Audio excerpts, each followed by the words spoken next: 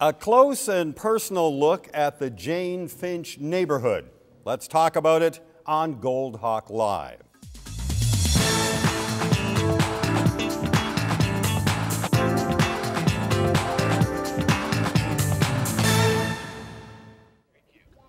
Of course, you know, Jane-Finch is just an intersection, but it's also become known as a neighborhood.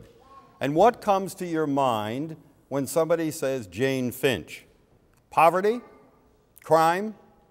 More than likely, but not if you're many people who actually live here. Tonight, in a special live and remote broadcast from Yorkwoods Public School, we're going to show you, with the help of some special guests who've gathered here, a different kind of neighborhood that might be a little aside from the media stereotype that you have been exposed to. First, a brief history of the profile of this part of Northwest Toronto. Here's producer Kelly Todd.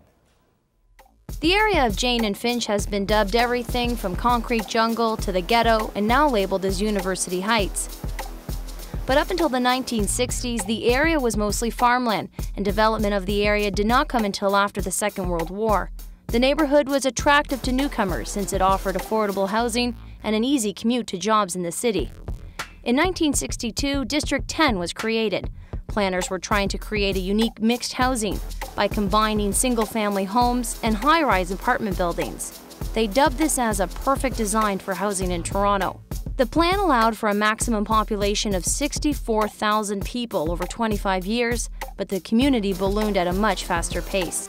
The problem was the overwhelming number of subsidized housing in such a small area.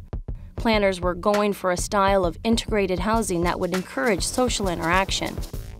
Many of the buildings were not even on a public street, instead joined by private walkways and bridges. This meant no police patrol.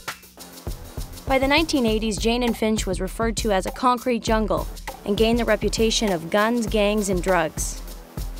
But the community fought back against these stereotypes and started their own grassroots organizations to help meet the community's needs. Still today, Jane-Finch has a higher rate of unemployment and subsidized housing compared to the rest of the city. Well, you know, that's a bit of a look at the history, but tonight let's look ahead if we can. Our question: what's in the future for Jane-Finch? You can call right now at 416-446-7090. And my guest tonight here in the gymnasium I should say, at Yorkwoods Public School, Anthony Perruzza is here, Toronto City Councillor for Ward 8, York West. Dwight Drummond is here as well, news anchor at City TV. Paul Nguyen is here, founder of Jane-Finch.com. And Sabrina Gopaul is here, and she's a Jane-Finch activist, obviously with some fans in the crowd. To all of you, thank you very much, and welcome to Goldhawk Live. Dwight, you grew up in this area.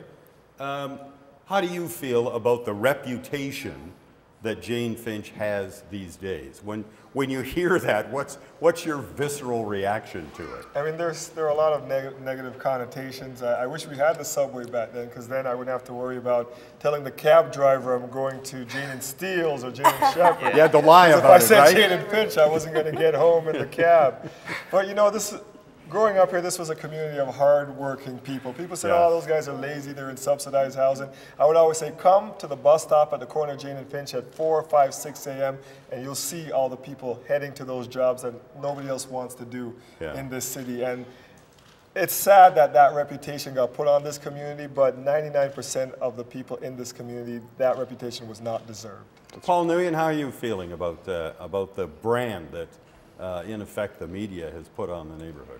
Well, I mean, the community also plays a responsible part in that role. I mean, there are negative things happening here.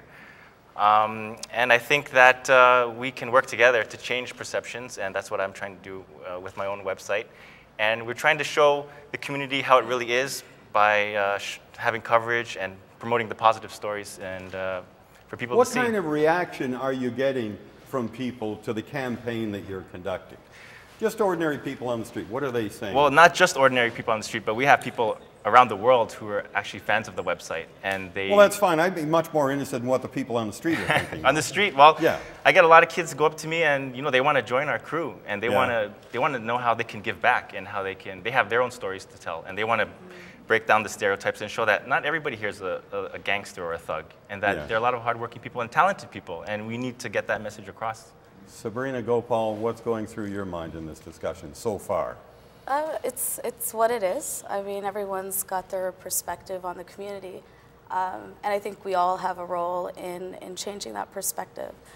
But it's not just about image, right? It's about systemic issues, right? And when we start talking about media, there is a role in sensationalizing stories and storytelling and the role of who your audience is, right?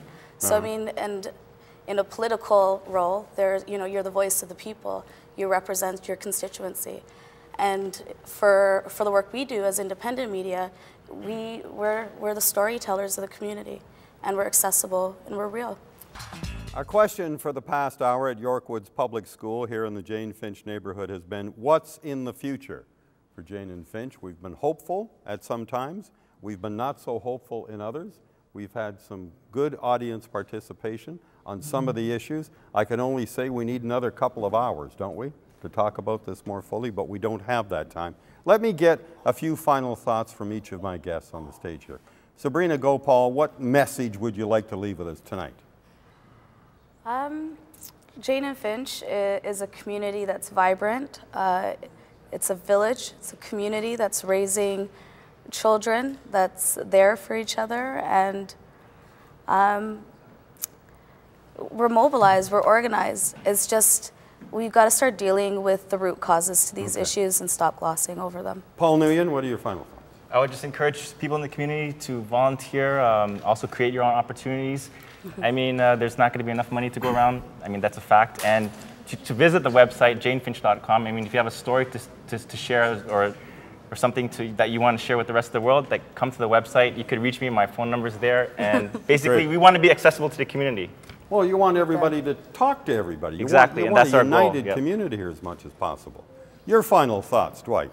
I mean, the future of Jane and Finch lies in the young people of this community and convincing them that they don't have to fit into other people's stereotypes of this thug culture that people want them to ascribe to. They're no different than kids from affluent communities. They can realize their dreams. They're just as intelligent. They're just as moral, and they can make it. So is the future a time when people will say, I'm from Jane and Finch, and there won't be that negative reaction? They'll say, oh yeah, I have Jane no and stigma Finch. to where I'm from. I have no problem saying I'm from this community, and neither do any of my friends who grew up here. Final thought from you, Anthony. Just picking up on that point, we're going to bring in billions of dollars worth of investments into this neighborhood through subways, through LRTs, through the rebuilding of housing. But the most important thing that we need to do is, far too many times I talk to people and they tell me... I'm out of time. I'm sorry. It was a very, very good thought. Thank you very much. I've only got an hour. Thank you very much for watching. We'll see you again soon. So in the meantime, take care of yourself. Bye for now. Maybe if I could just...